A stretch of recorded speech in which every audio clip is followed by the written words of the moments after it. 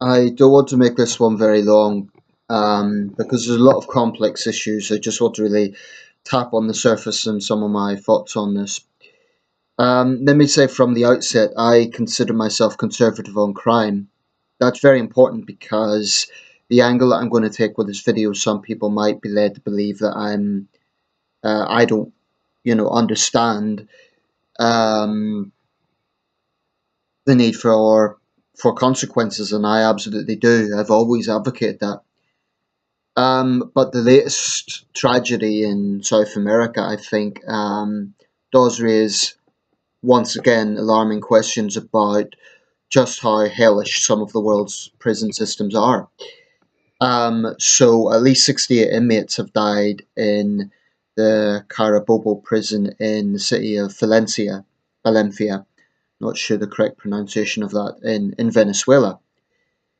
This is certainly one of the worst in the history of Venezuela and among the worst in history. That dubious accolade goes to a terrible inferno that took place in a prison in Honduras in 2012 at Camagüey.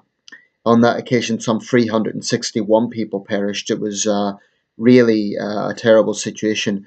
Some other examples are a prison fire in Santiago, Chile, 2010, 81 killed, and in 2007 in the state of Minas Gerais, Brazil, where 25 inmates died.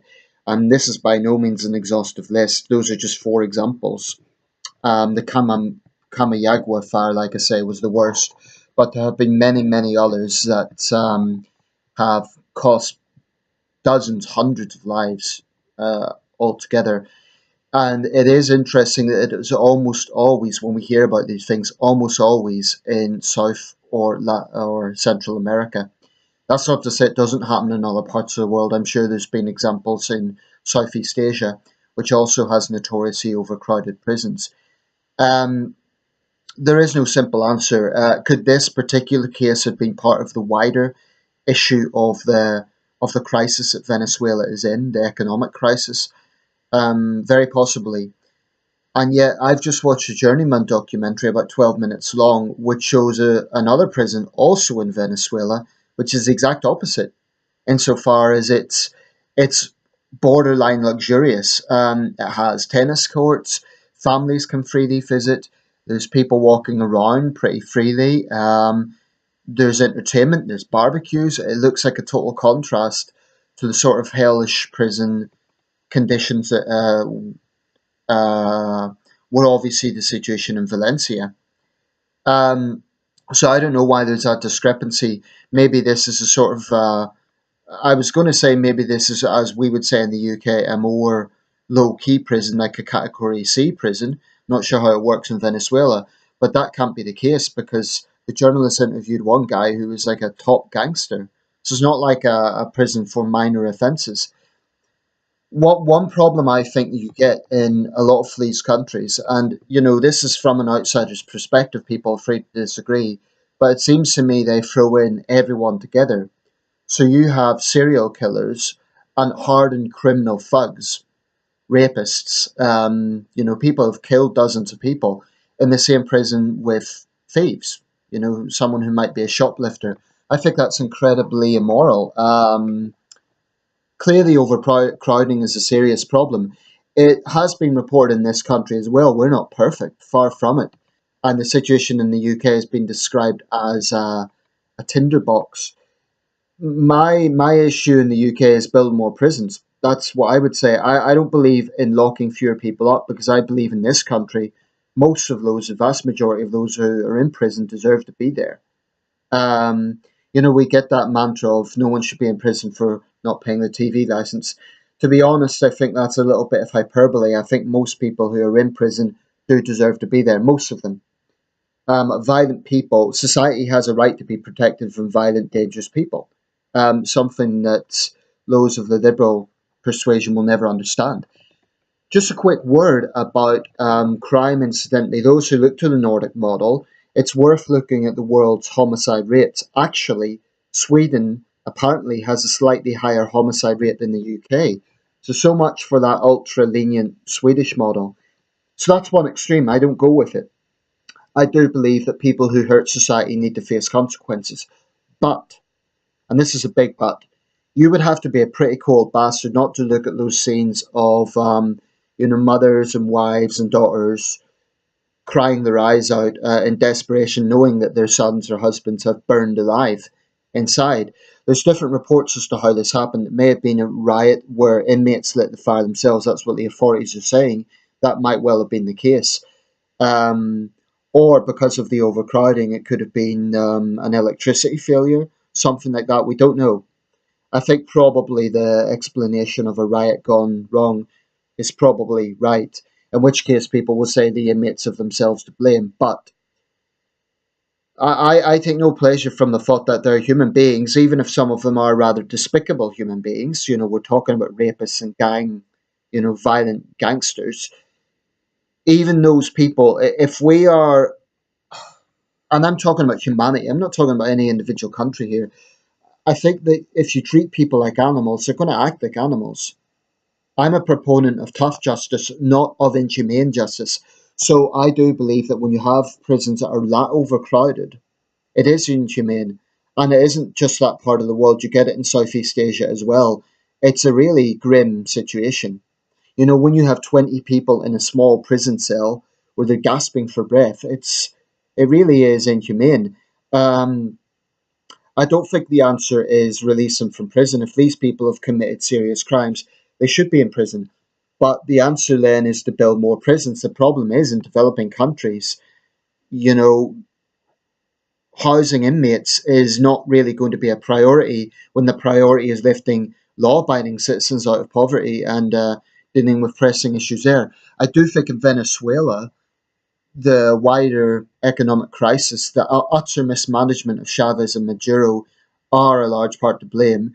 But then again, you could say this happens in other Latin American countries that don't exactly have the same politics as Maduro. And developed countries aren't squeaky clean. Let's not forget the Attica prison riot in upstate New York, 1975, I believe it was, 72, something like that. But it's a pretty horrendous thing when you're locked up for something and then you're burned alive and you've no way to escape. I mean, any fire is tragic, but when you can't escape because there's bars, that's quite horrendous. And I take no pleasure from it, and I don't think anyone should. There will be people outside who say, oh, well, they're all criminals, no waste. I think you'd have to be a pretty cold bastard to say that.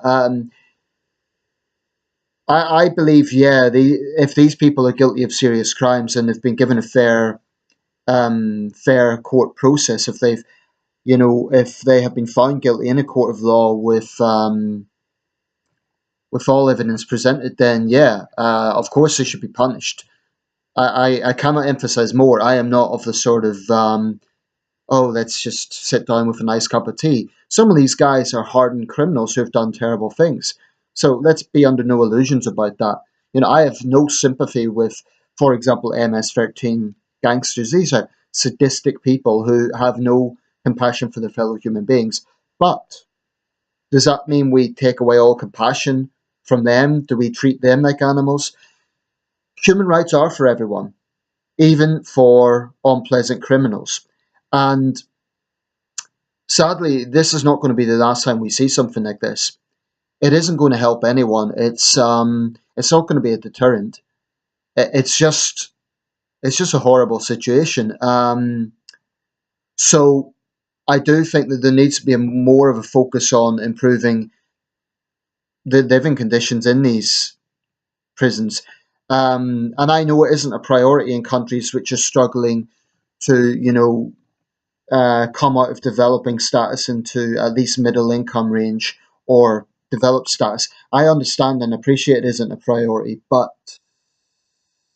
you cannot have a situation where people are being burned alive and they can't escape. And oh, that's okay because they're criminals. Or even, frankly, alleged criminals. We don't know in a lot of these cases if people have been given a fair trial. And that makes me particularly uneasy, the possibility that there could be people who might even be innocent who are in these situations. And not only are they suffering this sort of overcrowding, but they're at the mercy of, hardened criminal thugs. So I don't think anyone should be taking pleasure out of this. It's a very sad situation, and there are no easy answers. But clearly, the there has to be a basic level of humanity. And when you're throwing, you know, 20, 30, 40 people in a cramped prison cell, I often see when it comes to Southeast Asia, for example, when alleged drug mules are caught, people say, "Oh, I've no sympathy. Don't do the crime if you can't do the time," and all this sort of stuff. There is a there is a slight lack of humanity in that sort of attitude. What I would say is, yes, if they're guilty, they should be punished. But if, say, for example, you have someone with some serious condition, medical condition, and they're in an overcrowded cell and they're basically dying, if you're taking pleasure from that, there's something wrong with you. Human rights is for everyone, including offenders. And I'm saying that as someone who considers himself conservative on crime. I haven't changed my views on that. Criminals should face consequences for what they've done, but there has to be a basic humanity, and severe overcrowding leads to inhumane conditions and tragedies like this.